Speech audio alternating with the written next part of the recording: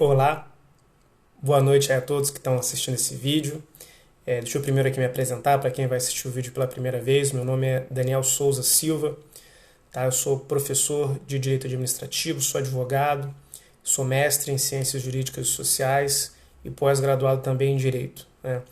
E tenho bastante experiência aí na parte do direito administrativo, as regras que envolvem o serviço público e, sobretudo, o tratamento, né, jurídico dado aos servidores, tanto pela Constituição quanto pelas leis que regem a administração pública. Muitos amigos aí, né, que trabalham aí na administração pública de Volta Redonda, né, no poder público do município de Volta Redonda, me pediram para gravar um vídeo, né, sobre a constitucionalidade e a justiça, né, da Lei Municipal número 6.141 de 2023, né, aprovada agora pela Câmara Municipal de Vereadores, que está gerando bastante discussão, né, se realmente o direito existe, né. Houve um veto, né, parcial do Poder Executivo Municipal. Eu vou tratar em alguns rápidos minutos aqui, né, da análise jurídica dessa lei. Primeiro que, como especialista da área, advogado que atua na área, né, e tenho produção acadêmica nessa área do direito administrativo, né, entendo que a norma ela é plenamente constitucional, né. Primeiro, deixa eu fazer uma rápida descrição da norma, né. No caput do artigo 1º, nós temos um aumento de 7,42%, né, para todos os servidores da administração pública direta e indireta, ou seja, isso envolve os servidores estatutários e envolve também os servidores seletistas, né. Mais do que isso, a lei também estabelece o aumento, né, para os agentes públicos aí, titulares de cargo em comissão, poder político, né, os cargos em comissão, e também os servidores inativos e os pensionistas, né, ou seja, aí as pessoas que têm direito à pensão por morte de algum servidor público do município de Volta Redonda. Até aí tranquilo, né, o dispositivo sem questionamentos. Houve um questionamento, né, em relação a um veto parcial no parágrafo 3º. E as regras, né, do parágrafo 3º, elas estabelecem o seguinte. Primeiro que fica estabelecido como piso, né, para todo funcionário público o salário mínimo nacional vigente. Ou seja, nenhum servidor público do município de Volta Redonda poderá receber, por meio desse dispositivo, menos de um salário mínimo nacional vigente. Então vamos entender essa discussão, né, à luz do que interpreta o Supremo Tribunal Federal. Vamos lá.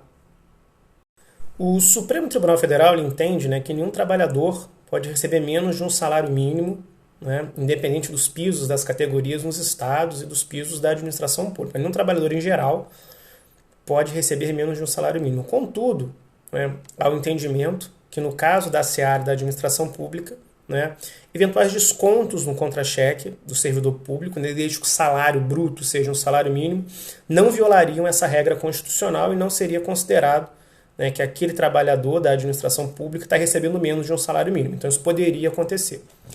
Então nós temos muita nobreza, né, a lei do município quando o próprio município estabelece que aqui, pelo menos em Volta Redonda, né, e graças à autonomia federativa, o município pode legislar sobre isso, né, nenhum servidor vai receber menos de um salário mínimo nacional, né? Ou seja, estabelece realmente a ideia de um salário base para a categoria dos servidores. E o parágrafo 3º também estabelece uma estratégia, né, da administração pública em geral, a gente também percebe isso em outros municípios, de que muitas vezes o poder público coloca ali um abono, uma gratificação, uma verba de natureza transitória para integrar a remuneração do servidor público, né, e dar-lhe uma aparência de que ele esteja recebendo acima do salário mínimo. A questão é que quando a gente trata do salário do servidor público, né, ele é chamado pelo Supremo Tribunal Federal de remuneração, né? Essa remuneração, ela justamente configura elementos não transitórios no contra-cheque daquele servidor, né? Então ele tem direito a ter incorporado ao seu salário alguns itens, né, que isso é justamente o que diferencia da ideia de subsídio, né, mas exatamente a ideia de que haverá itens, né, no contra-cheque dele que são permanentes, né, que não são itens transitórios. E isso tem direito de integrar a sua remuneração, né. Os itens que são transitórios, como por exemplo, aquele servidor público que exerce transitoriamente a chefia de um órgão, né, e ele vai ter ali uma função gratificada, né, então um incremento do salário, isso não é considerado remuneração para fins transitórios, né, então isso não acompanha o servidor para onde ele vai depois. Então, o parágrafo 3º também estabelece que essas verbas transitórias não sejam utilizadas para chegar nesse piso, né? Ou seja, o servidor público teria direito ao salário e as gratificações transitórias seriam além, né? Então, uma medida de máxima constitucionalidade, legalidade e justiça, né? Porque se a gente imaginar aquele servidor que está ali próximo de ganhar um salário mínimo nacional, né, muitas vezes o aumento ele é comido ali pelo abono, né, e ele acaba não vendo, de fato, um incremento na sua remuneração, né? Então, por meio desse parágrafo 3º importantíssimo, né, nós vamos garantir que justamente os trabalhadores que recebem um menor salário, ou seja, podemos perfeitamente falar em dignidade da pessoa humana, direitos humanos, direito fundamental. Nós temos aí uma série de decisões do Supremo Tribunal Federal que reconhecem todos esses direitos como direitos fundamentais da pessoa humana, né, de subsistência, de ter uma renda mínima digna em relação ao seu trabalho, né, estariam prejudicados. O salário mínimo nacional. Então, é uma medida muito boa, né, que garante direitos, que está totalmente dentro dos parâmetros da Constituição.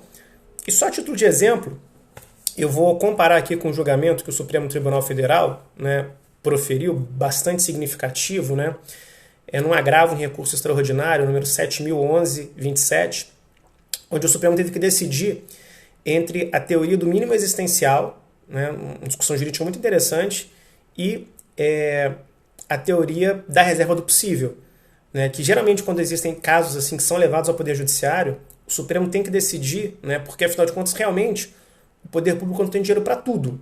Tudo que a população pede, o poder público não tem dinheiro. Mas também não significa que o poder público não tem que fazer nada. E também não significa que o poder público não tenha mínimas obrigações, né? Então o Supremo Tribunal Federal, por meio desse julgamento e diversos outros, mas esse é um dos mais sintomáticos, né, um dos mais emblemáticos, né, o Supremo Tribunal Federal, então o Supremo Tribunal Federal, né, o STF, ele entende que para garantir o mínimo existencial, ou seja, o mínimo de direitos que um indivíduo precisa para existir, né, do ponto de vista físico, alimentar, biológico, né, isso não pode ser desculpa para a falta de dotação orçamentária, que são as razões do veto trazidas pelo Poder Executivo Municipal, né, que basicamente é uma razão utilizada em diversos outros municípios no Brasil. O município diz que não tem caixa para fazer o pagamento, né, e realiza lá o veto naquele projeto de lei. Então, basicamente, o Supremo Tribunal Federal entende que esse não é um argumento plausível de afastar um direito baseado na teoria do mínimo existencial. E eu não consigo, né, imaginar que o salário mínimo para um servidor público, né, ou seja, pessoas aí que estão na base, né, mais inferior de remuneração, que não possamos considerar isso como mínimo existencial.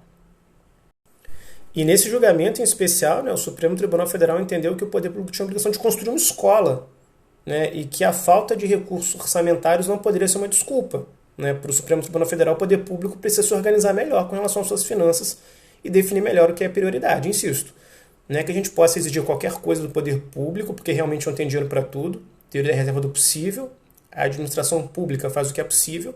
Agora, aquilo que é o mínimo existencial, o poder público tem que se programar e reservar recursos de uma forma mais séria, né? Então, eu insisto, para mim, é uma norma totalmente constitucional, totalmente dentro dos parâmetros do direito constitucional, do direito administrativo e das medidas mais básicas de justiça, no sentido de que é garantir efetivamente uma remuneração mínima baseada no salário mínimo nacional, não é nada mais além disso, né, para os trabalhadores da administração pública direta e indireta do município de Volta Redonda. Então, essa é a minha opinião, é isso que eu acredito, né? É o que eu acredito e que tenho certeza que vai ser reconhecido pelos tribunais no Brasil, né? Então, parabéns aí à lei municipal que ampliou direitos aos trabalhadores de uma categoria tão importante, né, que é manter os serviços públicos em funcionamento da cidade, né? Então, basicamente é isso, essa é a minha opinião, tá? Baseado em diversos estudos que eu faço ao longo de anos, né? Espero ter contribuído para vocês e estou aberto ao debate de ideias, né? Vamos acompanhando aí como é que essa lei vai sendo implementada daqui para frente para realmente garantir esses direitos aí à categoria. Tranquilo? Bom, forte abraço e agradeço a todos vocês aí por essa audiência.